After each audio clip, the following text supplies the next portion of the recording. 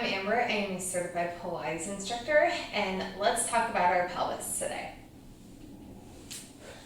So, our pelvis has kind of two positions when we are working out. We want to be in a neutral or an imprint.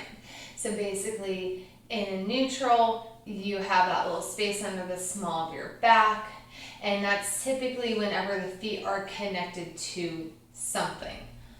Floor, wall, reformer parts, straps. Like when we are closing that kinetic chain, essentially, that's when we have that little space under the small of our back.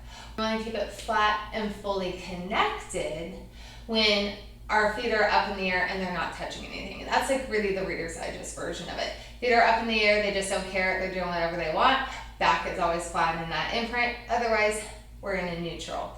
Now, the goal, like the ultimate fitness goal, is to be able to do abdominal work and advanced exercise, all staying in that neutral. But realistically, with just how our modern lifestyle has evolved, that's just not quite the case, and we need to be in imprint just a little bit more to protect the back.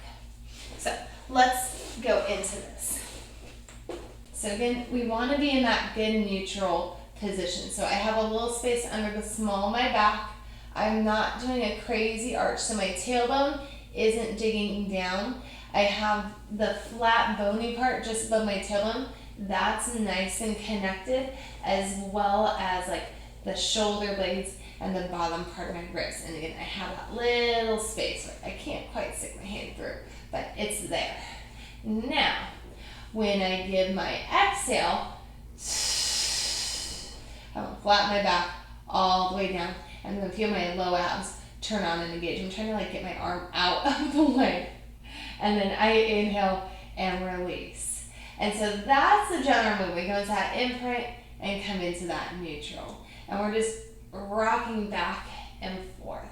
Now, let's dive deeper into this, because this is much more than, oh, okay, I'm just like doing my thing. This is the start of very much a conscious movement, reconnecting with your breath and starting to really regulate the nervous system.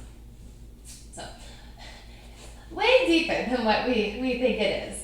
So we're going to go into, it's called fingertip abdominals. So I'm going to have kind of the heel of my hand against my hip bones, and then my fingertips are resting just above my pubic bone.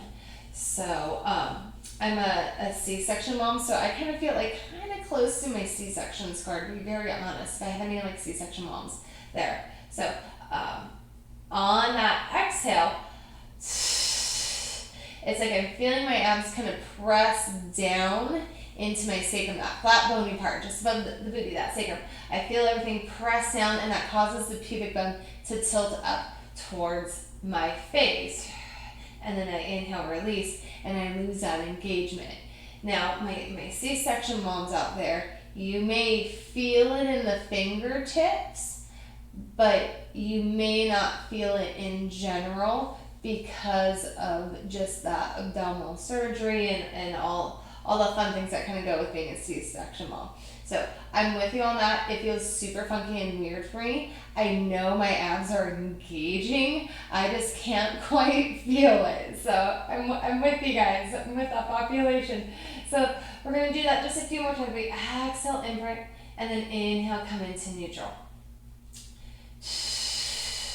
Reason why it's so important to do this, especially for women, we already tend to hyperextend our back anyway. Like, this actually is a lot more comfortable for me, but that is just not good. Like, notice how my ribs are open and flared up. What we want is that neutral position. So I exhale, pull my ribs towards each other.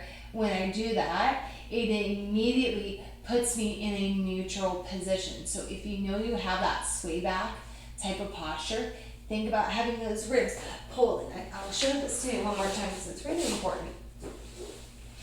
So we're in that starting position. I'm trying to make sure that you can see. So happy place. Everything is all fine and dandy and hunky-dory. Again, I'm in that obvious sway back, and you can see my ribs kind of like popping out.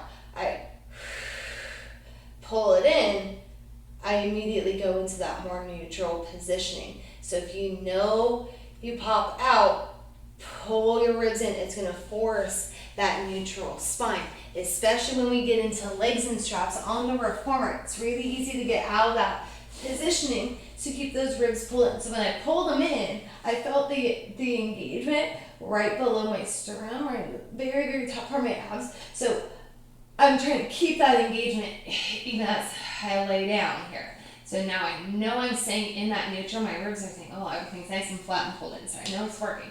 And now I'm going to exhale, flatten that back. Then I can feel my low abs really waking up.